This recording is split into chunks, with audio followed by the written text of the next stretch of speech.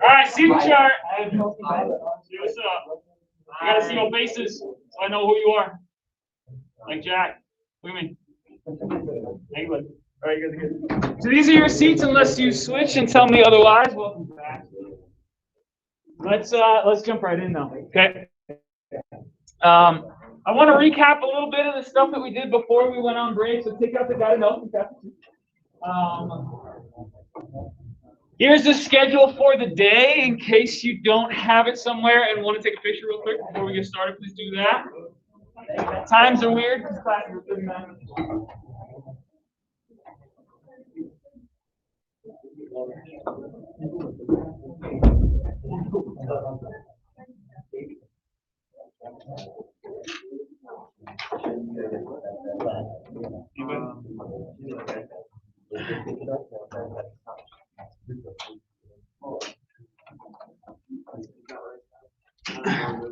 All right, so as you get yourselves settled in, I want to spend some time kind of working our way back through some of last week and just making sure that you're, or 2 weeks ago, making sure you're good to go so that we can use this stuff really quickly. Okay, that's kind of the use of the power rule, being able to work it as fast as possible, right? And so, you don't have to write this down. I just want to make sure that we can kind of recap it. Right, if you've got some power function, what is that derivative going to look like right away?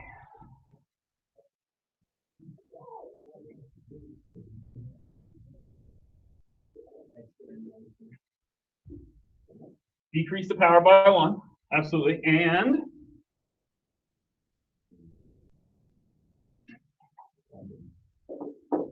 that exponent's got to make its way down, right? It's called the power rule because that thing's going to come down in front, get multiplied through, and we're just going to decrease that power by 1. And if there was a constant there, right? So if it was this instead, c x to the n, then that constant is going to get multiplied into that as well. The constant times n times x to the n. Okay. And the reality of this is actually goes a lot deeper than that, and that's kind of why I wanted to make sure that we talked about this now. It doesn't even have to be x to the n for that constant rule to even work. If your function, whatever it is, has some constant being multiplied through it, like doesn't matter where, sines, cosines, square roots, whatever. If there's a constant being multiplied through that, okay, then the derivative, whatever that is, right, is going to have that constant just kind of being multiplied through all the way. Okay? Works great for power rule. It works great for sine and cosine. We saw a little bit like towards the end of last week, and we'll kind of work our way through that. So hopefully you can look at stuff like this. This is homework 2.3. This was like, I don't know, like Tuesday or something before we left. And like really quickly, first one, 4x to the third. Like that. Next one, 6x minus 5. What's the derivative of a constant? Gone. Okay, the whole thing's going to disappear. Okay, but being able to just kind of drop these things down in front, multiply them through, and then find just one less in the exponent, right? Third one, negative 20x to the fourth plus 28x to the third plus 2. Can you do it like that? Can you just kind of whip through these real quick? Are we okay with the power rule? Drop it in front, multiply it through, decrease the exponent by 1, right? Even stuff that looks like this, right? Now, it's probably not going to start like that. What's that function actually represent? X to the 3 halves. What does it mean? When exponents are written as fractions. What does that say? No, other way around. Oh, it's the square root of x. Good, the square root of x cubed. Okay, that's what that is going to look like at first, right? Minus 6x to the, cube root of x. Right? Power over root. It's going to look like that in blue. Sorry, I wrote kind of on the writing behind it. Right? That's what it's going to look like when we first get started. They're probably not going to write it like this. But we're going to have to make that switch from this down to there in order to use that power. And so now's the time to ask any questions you have about power rules. Basic homework 2.3. Drop the exponent in front, decrease the power level. All good? Okay, cool. Then we were in here, and we started to look at the derivatives of sine and cosine. Okay, bottom of page 132. That was kind of the last thing that we did before we said, all right, I think we got it. Now let's actually just try this thing. What was the derivative of sine? Cosine. So nice. Don't have to worry about a thing. Derivative of cosine? Negative sine. Good. Don't forget that the sign is going to switch there out in front. How do you read that out loud again? You can like super formal or super informal. Either one's good. So we don't even need over. Yeah.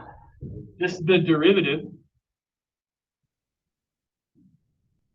That's this D right there. That's what that D stands for.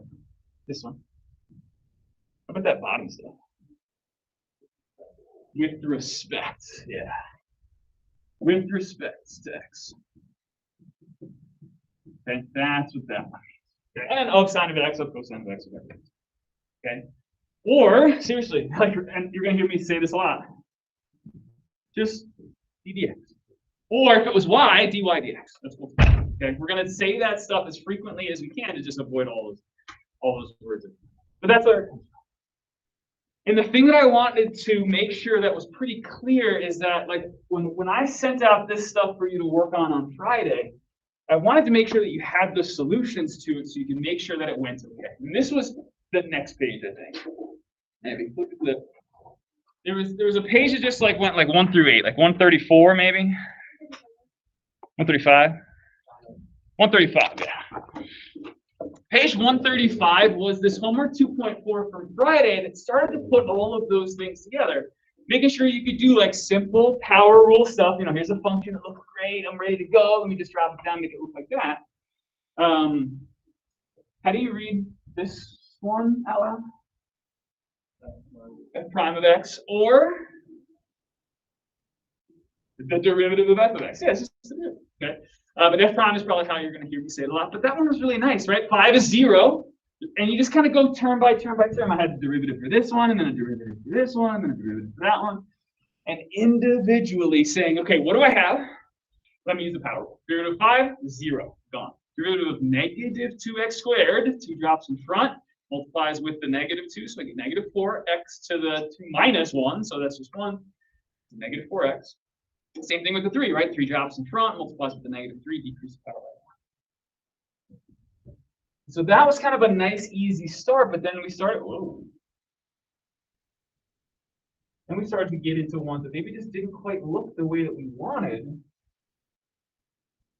And what I need you to feel comfortable with kind of early on is getting yourself to a point where you like the way something looks before you actually take the derivative. Look, like this is still the function, right? All the way from there to there. That whole thing is still just the function. So I just kind of work through it all the way from left to right.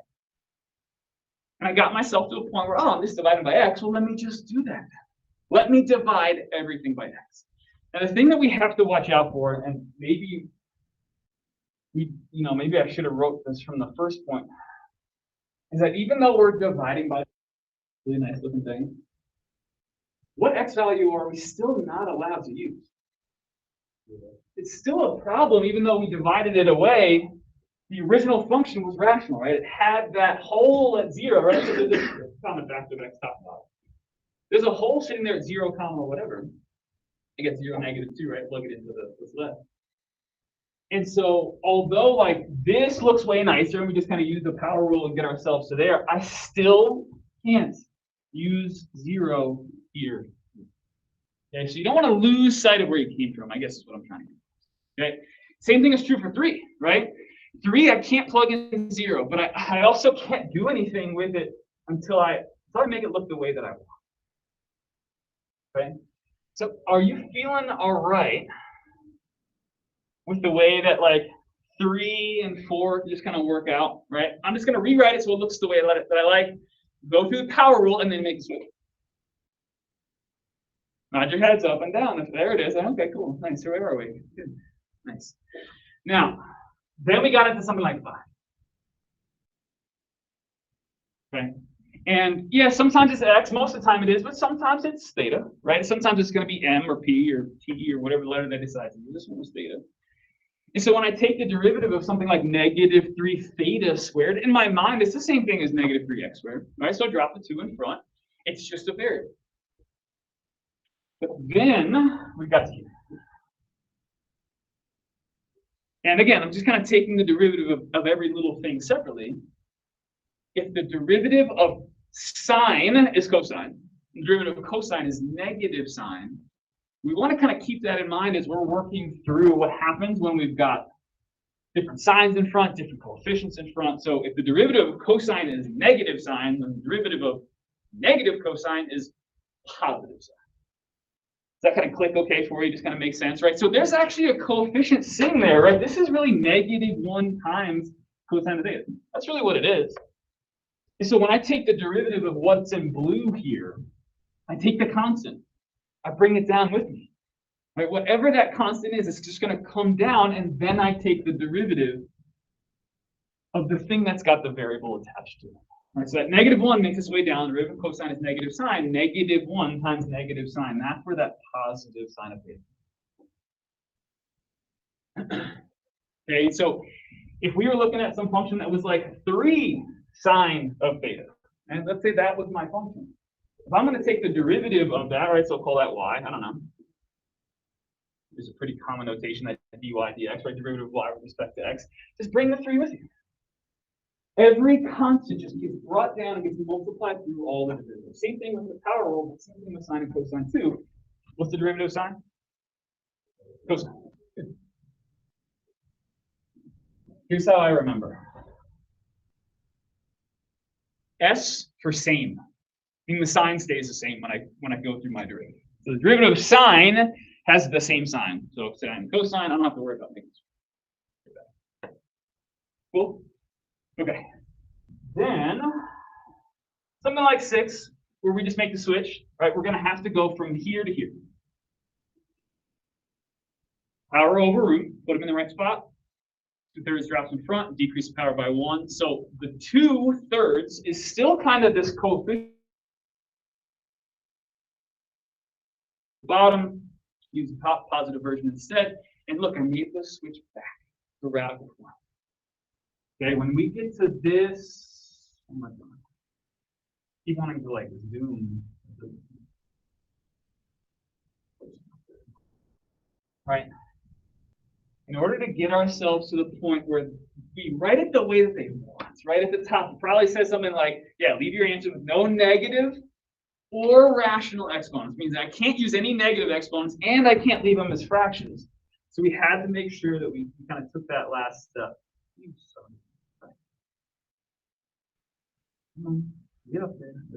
We just wanted to make sure that we rewrite it. Okay. Now you're going to get a ton of points just for getting yourself to here. Like if this is 5 points, that's probably 3 of them right there. Okay. There's 4 and there's 5. Questions about any of this stuff? I just want to make sure that it's all sinking in for you. So that's why I'm taking the time to go through it. Especially day 1 coming back. Okay. 7 kind of made me do all of it, right? I had to worry about the square root, so I had to call that to the 1/2. But it's still the function, right? This is still me just writing the function. Then I say, oh, okay, g prime of theta, let's go with that one. 1/2 drops in front, subtract 1. And there it is, right? 2 sine of theta just becomes 2 cosine of theta, right? Coefficient comes down, takes the derivative of sine. The theta drops down to the bottom, and you can see that I kind of make one fraction from here to here. I don't leave the 1/2 in front and then do 1 over theta to the 1/2, although you could. That's okay. I just like to make one fraction if I can, and then just make the switch back to the square. And I don't think we'll see this too often, but kind of a mixture. Like 8 started with, like, one of the terms had the 3 halves, and the other one was still left in radical form. So we just had to make the switch with one of them, call it x to the 1/2. Drop it in front, all x. Okay. Now, the thing that I did not stress myself out over with number 8 is making one fraction, combining them to a single rational function. But you certainly could if you wanted, right? That would mean creating a common denominator by multiplying top and bottom by 2 radical halves. Right? Because if that's the denominator here and you want to make one fraction all over 2 square root of x, that's what that's going to look like. Okay? So negative 6x. Negative 3 times 2, negative 6, square root of x times itself.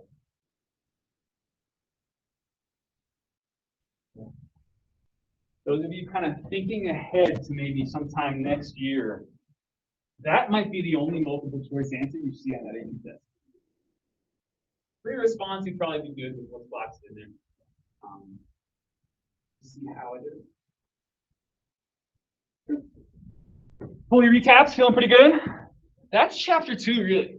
What we have to do now at the end of chapter 2 is just start applying and just see if we can, like, all right, here's a function. Let's do all those things that we weren't able to do back in pre-calc, right? I think I showed this to you kind of at the end of last time, right? Where we were looking at, like, you know, what happens with polynomials like this. You know, back in the day, we're like, all right, I can find this. Let's say that was one spot. I can find those. I can figure out where my arrows are going to go. You know, chapter 2, rational functions back in September, right? And the stuff in between, we had no idea. We had no idea. Was it going up? Was it going down? When does it actually take these kind of turns, like right here? Right there, right there, right there, right there, right there. And now we have calculus. We can find all those ones. And we can start talking about what's happening in between, right? Because this is increasing and then decreasing and then increasing and then increasing and decreasing. We have this way to figure out kind of the flow of the function. And the thing that I want you to really kind of think about as much as you can is, like, watching something move along that path. Okay, this is a path of something. Something is taking the shape of roller coasters or rolling balls down a hill or whatever you want to think about. You hiking, whatever. I think that'll kind of give you a better sense of why we do the things that we do, trying to find, okay, is it going up? Is it going down? When does it hit that min or that max? Or when does it hit this spot right here where it's needed? But tell me this, every single one of those green dots, the 1, 2, 3, 4, 5, right? This one, that one, this one, that one, and this one. If this is the graph of f of x, what is happening at every single one of those green dots? Slope of what? Slope of what? Yeah, I kind of like that. It really is like the function for that instantaneous moment in time stopped going up or down. It paused and it stayed flat just for a second, right? But what have we been kind of thinking about drawing to? Because I like your point of view. Like, the function's slope right there is 0. It's not going up anymore. It's not going down. But what have we been kind of drawing to give us that image? And what is the derivative? The derivative is 0 at that spot. And so what can I draw to show you that the derivative is 0? What can I add to this picture that kind of shows you that at those 1, 2, 3, 4, 5 spots, a tangent line and it's horizontal. Good. Horizontal tangent lines. And so when they ask us to find like the slope of a tangent line that's horizontal, it's pretty easy because it's always going to be 0. But what they're going to start doing is they're going to say, okay, like, what's the slope of the tangent line like over here and over here? Oh, we kind of did that a little bit, right? But initially, what they'll try to find is all of those spots where the derivative is 0, right? Where we have those spots where the function isn't going up or down. And the easiest way to kind of think about that is if I were to draw a tangent line to that spot, it would be perfectly flat. And that's what you see if you actually back up a page. Go back to 134 real quick.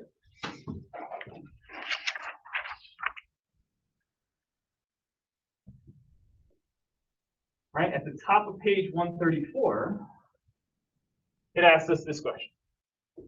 Let's say they give us some function, right? They say f of x is whatever, some polynomial, right? Some sine. So it's something nice and continuous if you can. How might you determine the values? And when they say values, it's always x value, at which the function has a horizontal tangent. Right, so they give us some f of x. So given f of x, how are we going to figure out? Okay, x equals 3 and 5 and -2. Those are the three spots, whatever, making it up. How are we going to figure out? If we just have the equation, we don't have the picture anymore. If we're just given the function, how are we going to find those spots that could be maybe a maximum, maybe a minimum, and maybe not, right? This might be that flexing in the middle, but hey, we can at least find them. How are we going to do that? Yeah.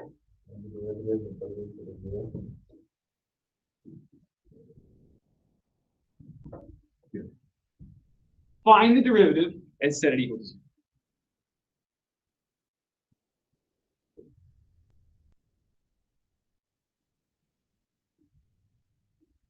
Well, and that's really going to be one of the things that we kind of focus on here at the end is, can I figure out where are those spots where this thing has a horizontal?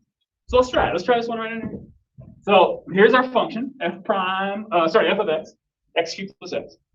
And they're asking us, okay, what values of x will this function definitely have a horizontal tangent? And you see they're not asking the question like, where is it going to have a min? Where is it going to have a max? We don't know that yet, but we can find those spots. But absolutely. Okay, so the first thing we got to do is let's find f prime. Okay, then we'll set it equal to 0 and see what happens. Go ahead. See if you can figure out what that derivative is. Quick power rule on both of those. They're ready to go, so that's nice.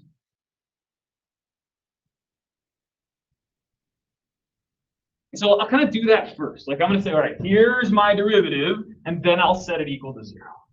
So I kind of break it up into two pieces. Because sometimes that derivative is not quite so clean and easy. This one's pretty nice, though. What'd you get? Nice. 3x squared plus 1. Right? 3 drops in front. There's no constant to multiply through besides the 1, right? So 3x, and then decrease the power by 1. And then same thing here, right? When we're dealing with just a linear piece of that term, it's just the slope of whatever that is, because the 1, right? This is 1x to the first, right? That's what x is. 1 drops in front, multiplies through it, and the power decreases by 1, so it becomes 1x to the 0, which is just 1. Cool. All right, now set it equal to 0. Let's see what we get.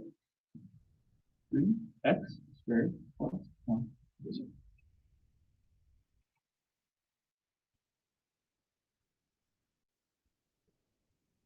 So what should we do first? Subtract 1, then just take square root. Okay, show as much of that as you want. Plus or minus the square root of negative 1.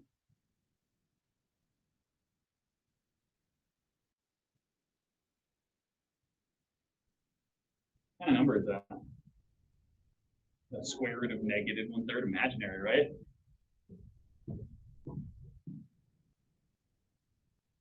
We only like real ones. There is no spot, apparently, on this graph that's going to have a horizontal tangent. Let's prove. At least let's feel like it makes sense by taking a look at this function. X cubed. See that? There, that little red one over there. So cute. Does that look like it ever flattens out? No. What could you say about that red graph? I know it's kind of off to the side there. What could you say about kind of the behavior of that red graph from left to right? If it's not, never 0, so it's never going to flatten out. What would you say is happening with that graph? Always increasing. So from left to right, no matter where you are, the next step you take is going to take you up. Does that make sense? Is that kind of answer kind of consistent with this? Like, plug in an x anyone you want. Plug in 1, 2, 5, -3. What type of answer are you always going to get back by plugging a number into that derivative? 3x squared plus 1. What type of number are you going to get back? It's always going to be positive, right? Plug in a negative number, plug in a positive number, you're going to square it anyway, so it's going to become positive. Then you make it 3 times bigger and add 1, it's only going to get bigger. Even 0, I get positive 1. Okay? Because this is always positive, f prime of x is always positive. Therefore, f of x is always increasing.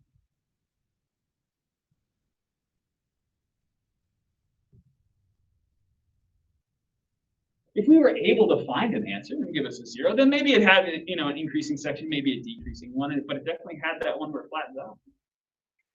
So because the derivative is always positive, we know that this function is always increasing. All right, let's see if we can find one that actually has an answer. But that's kind of the plan. Let's find the derivative, we'll set it equal to 0, and we'll see what we get. And what's nice is that what we see in the derivative can tell us a lot about what's happening. All right, cool, let's try. Let's go to the one right below it. And what values of theta? So here's our function, f of theta, theta plus sine of theta. Which one of any of those spots between 0 and 2 pi, and look, they included 0 but didn't include 2 pi, so we're not going to write both. We'll just write 0. Which one of these spots actually have a horizontal plane? Now, there could be 0. Obviously, we just saw 1, right? But it could be 1 or 2 or 3 or 5 or 10 or lots of them. We'll see. What should we do first? Always. Welcome to Calculus A, where the answer to my question, what should we do first, is almost always, let's find the derivative. Okay, because we're going to use that to tell us as much as we possibly can about the functions. All right, so there's 2 terms here. So in my mind, I just deal with them separately. Now, and when I see theta, I just think x. It's the same thing, right? It's just a different one. So if the derivative with that last one, right? The derivative of x was 1, what's the derivative of theta? Still 1, right? The derivative of just a variable all by itself, no constant, no exponent, is just 1. Plus, okay, derivative sign? Cosine. There it is. There's my derivative. Now, let's set it equal to 0. And if we can answer this question somewhere between 0 and 2 pi, what we should be finding are the spots where the graph has a horizontal tangent. And maybe it's a max or a min, but maybe not. That's okay. All right, now we're solving for theta. This thing is buried in here, right? Use the parentheses if you want. You don't have to, but it might be a good reminder that we have some things we got to do. What should we do first? Subtract 1. Good. So cosine of theta, I'll stick with that, equals -1. And we're only in here.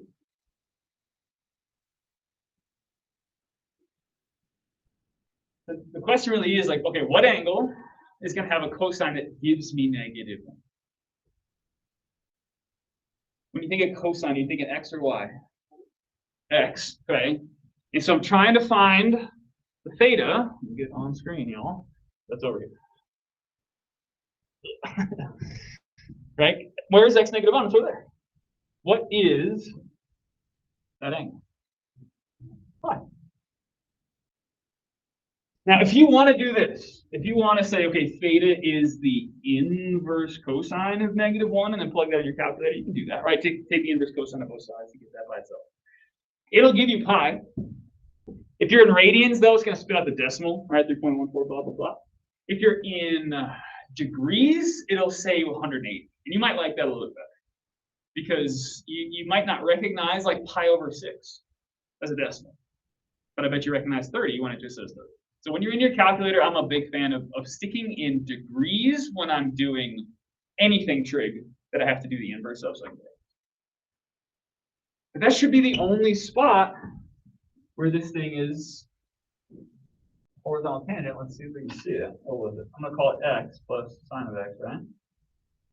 Let me switch my scale here. My x-axis stuff will go by 5/4 or something. There it is. Close, pretty close right there, right?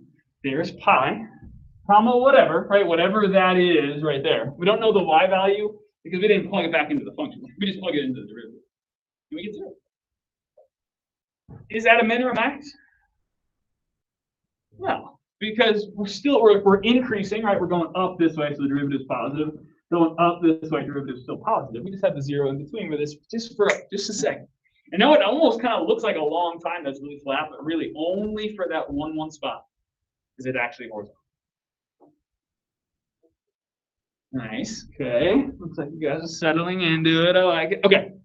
Turn, because that's the end of 134 already. Sweet. Love it. You already did 135.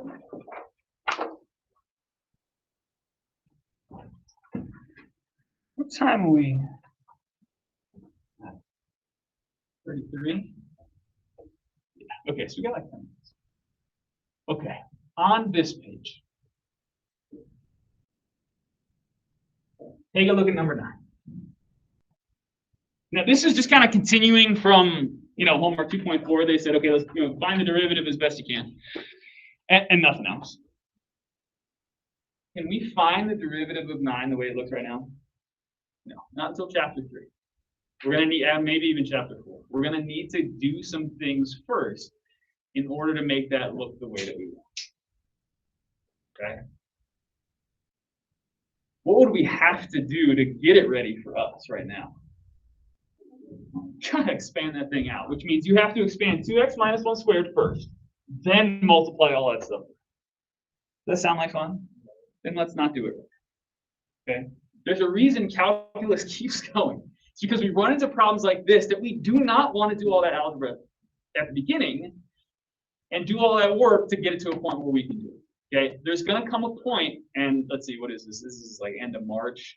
I would guess beginning of May, where we can do that a lot faster. Okay, and so I want to save that. So let's do 10 instead. Does 10 look the way we want yet? No, but can we do something pretty quickly to get it to look the way we want? I think so, right? Let's just divide every single term by x cubed. Now, you don't have to write this out, but this is kind of the mindset that I want you to have, right? Is that every single one of these is going to be divided by x cubed. Okay. And what's going to happen is we're still going to rewrite the function. And you got to make sure that that notation really sticks true to what you mean. If you're dealing with the function, then call it h of x. If you're dealing with the derivative, call it h of x.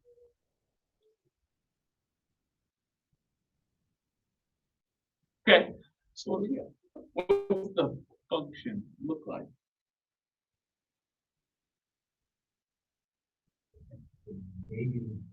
Subtract the exponents, good. That's the negative 1.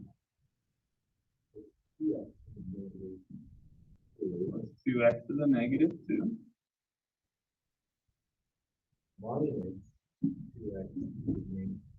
Good. There you go. There's your function.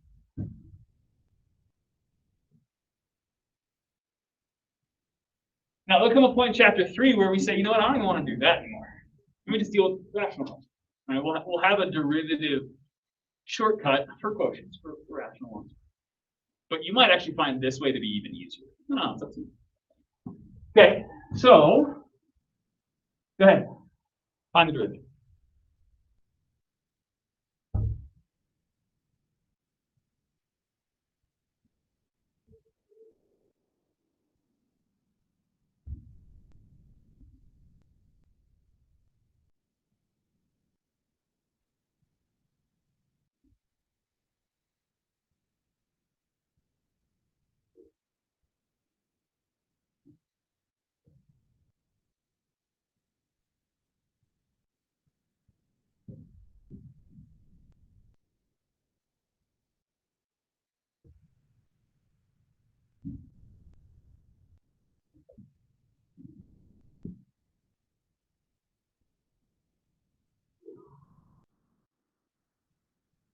How's that look? Okay, can we leave it like that though? So we're gonna have to make some adjustments. Just like we had to rewrite some stuff for the function, now we gotta rewrite it. So fractions all around for sure. We've got these negative exponents. And so what are we gonna write for that first one? Because the x is gonna come down, right? The x is gonna drop down to the bottom and become positive 2. Well, what do we put up top? -1, the coefficient, whatever it is. Okay, and I'm okay with you keeping that negative up top like that. If you're more comfortable kind of putting the negative out front, that's cool too. Yeah, that's even better. I'm gonna do the same thing here. I'm just gonna kind of keep the signs out in front as best I can. Okay, what about that second term?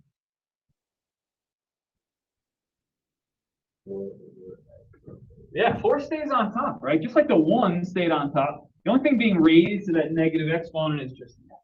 Okay, the same thing with this last one. Let's keep the 6 up top. We'll drop the x down to the bottom. Make that exponent. Now I'm good there, but you're going to see a lot of times they're going to ask us to put this all together and make one big fraction all over that common denominator, which is x.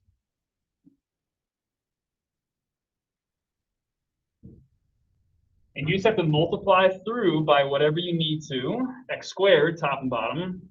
X, top and bottom. Nothing, top and bottom. To get yourself to that.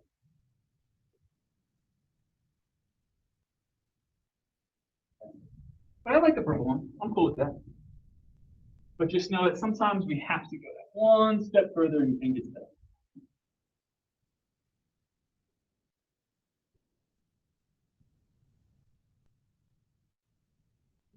Feeling pretty good? Power rule, how to apply it a little bit. So I wanted today to be kind of generally easy, just kind of ease you back into it. We will pick up with 11 and 12 tomorrow. But then we get to kind of skip a little bit. We're going to jump to the end of chapter 2 and start applying this stuff in a way that's a lot more, I don't know, a little interesting, a little bit more involved, something we can kind of get ourselves. If you're feeling good about today, then I'm feeling pretty good too. Welcome back. How's your break? Is it all right? Good. Okay. Thank you guys for being here. Thank you guys at home for coming in and hanging out. Just make sure if you're at home, you've gotten word to your grade level administrator to let them know that you're staying home. If it's just today, then that's something, with the snow, whatever. But if it's going to be more than that, just make sure you let them know.